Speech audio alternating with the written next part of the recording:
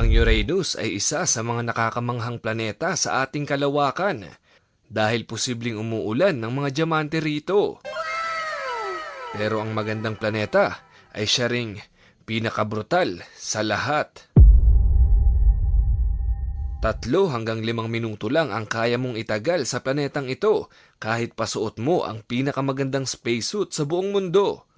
Ito ang nag-iisang planeta sa ating solar system na nakatagilid kung umikot na parang umaandar na gulong.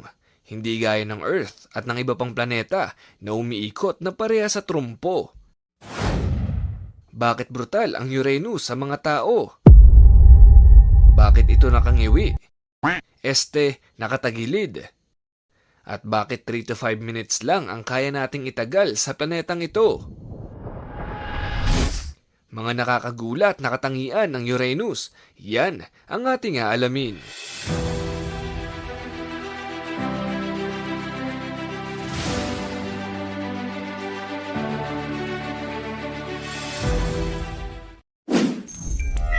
Ito ang Uranus. Ang Uranus ay pang-7 planeta sa ating solar system. Hindi ito gaya ng Earth na may kalupaan. Ito ay purong gas lamang gaya ng Neptune. Ang planetang ito ay tinaguri ang pinakamabahong planeta sa kalawakan. Oh no! Dahil sa kanyang pangalan, Uranus. Ay hindi, biro lang. Hindi po dahil sa pangalan niya, kung hindi dahil sa concentration ng hydrogen sulfide na laman ng planetang ito. Ang hydrogen sulfide ay gas particle na kaparehas ng nasa nabubulok na itlog. Ew! Kung nakaamoy ka na ng nabubulok na itlog ay comment mo naman dyan sa ibaba. Pero kung sa tingin mo ay mas malakas pa rin ang amoy ng kaibigan mo, ay isang like naman dyan.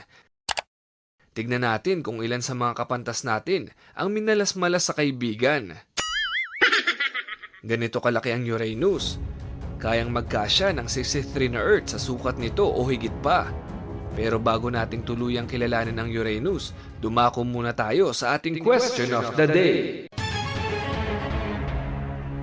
Alin sa mga planetang ito ang tinaguri ang pinakamainit na planeta sa ating solar system? A.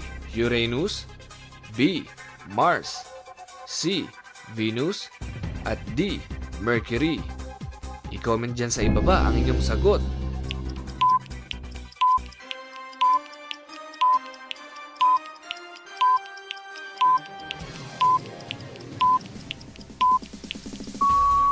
Ang tamang sagot ay C. Venus. Kung tama ang iyong sagot ay i-share mo itong video na ito at i-challenge ang kaibigan mo. Mabalik tayo. Ang Uranus ay nag-iisang may nakatilt na rotation at napakabilis ng ikot nito.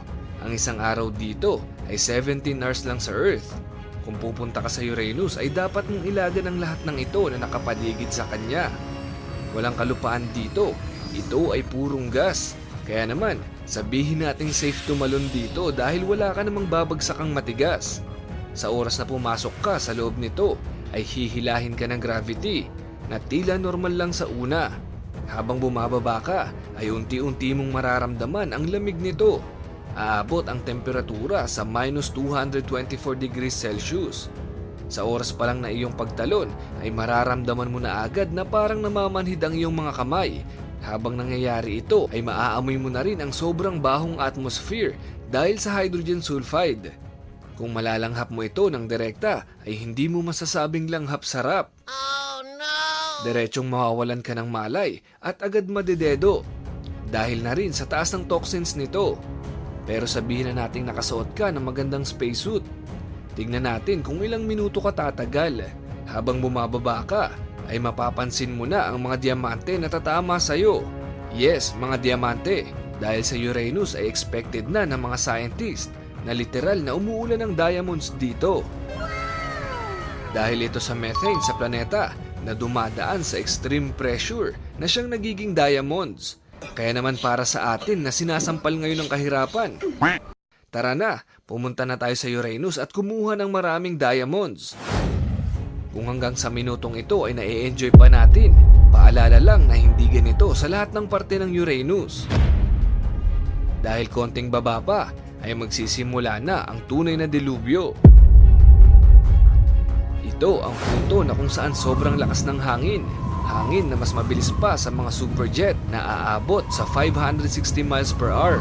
Pwede kang tangayin nito at mawala ng malay. Pero sabihin na nating matibay-tibay ang iyong katawan at nalampasan mo ang mga ito at papunta na sa core ng Uranus. Siguradong hindi mo na ma-enjoy ang mga oras na ito dahil sa bahaging ito ay magiging napakadilim na kahit pa nakatutok ang araw sa kinalalagyan mo. Sa lakas ng gravity sa gitna nito ay hindi mo na magagawang maigalaw ang anumang parte ng iyong katawan.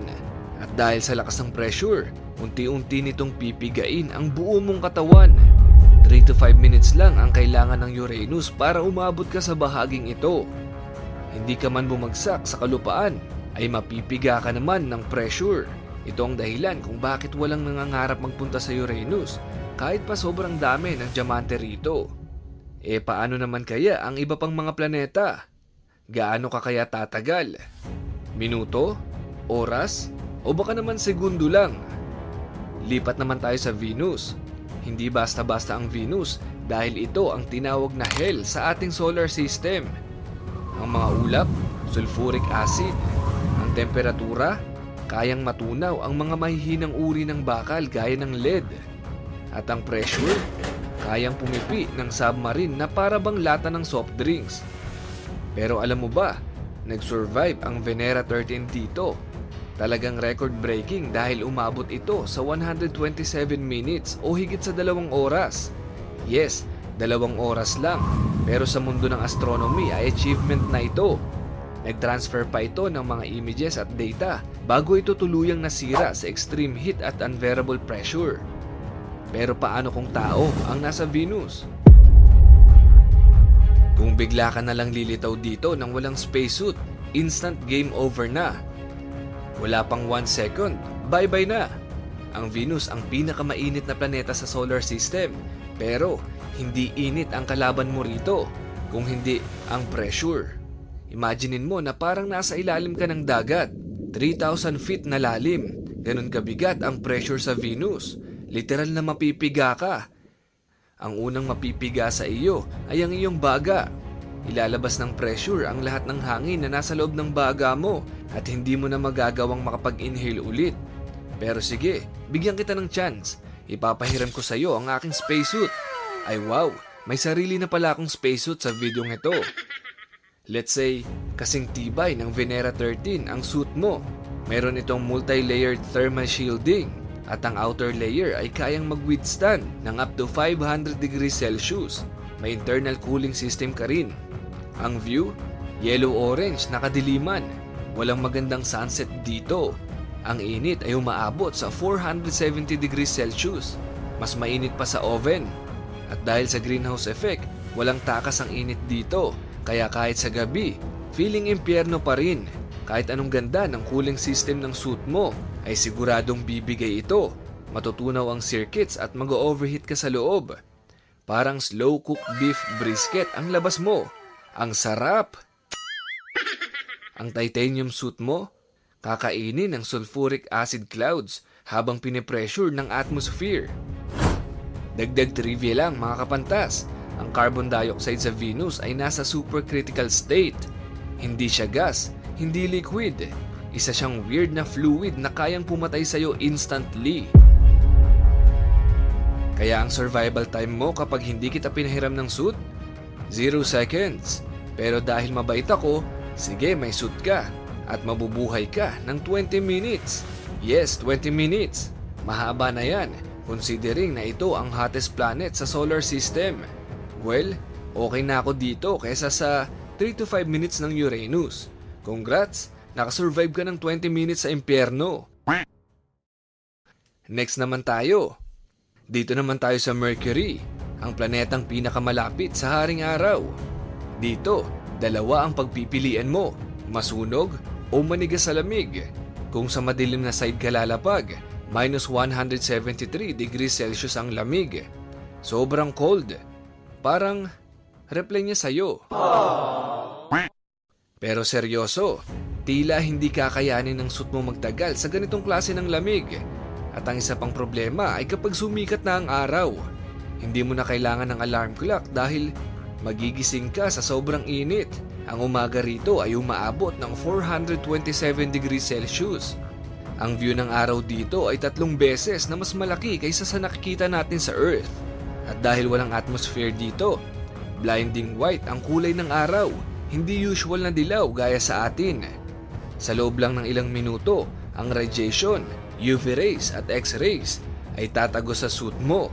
Sisirain nito ang electronics.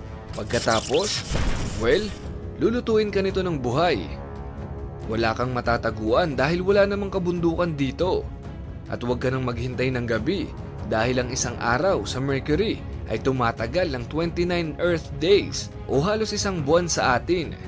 Matagal-tagal na puyatan yan dito sa Mercury dahil sa intense na radiation at extreme na temperatura. Kahit pa sobrang special ng suit mo ay tatagal ka lang ng 15 minuto bago ka matusta o manigas sa lamig. Mas okay na pala ako sa Venus, at least 20 minutes ang itatagal ko. Sa ngayon ay 3 pa lang ang maitatalakay natin sa videong ito. Ganito lang pala ang itatagal natin sa kanila. 3 to 5 minutes sa Uranus, 20 minutes sa Venus, at 15 minutes naman sa Mercury. Paano naman sa iba? Sa Mars, Jupiter, Saturn, at Neptune. Yan naman ang pag-uusapan natin sa susunod. Kung nabitin ka sa videong ito, ay dapat nandun ka pa rin sa next video. Muli, ako si Mr. Pantas, at sa channel na ito, libre ang matuto.